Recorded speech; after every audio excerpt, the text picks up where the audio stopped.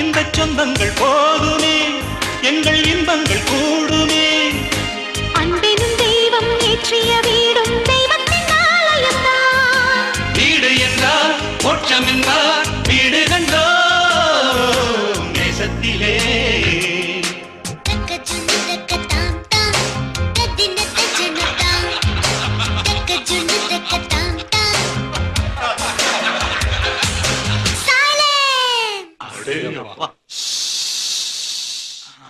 Skies are green.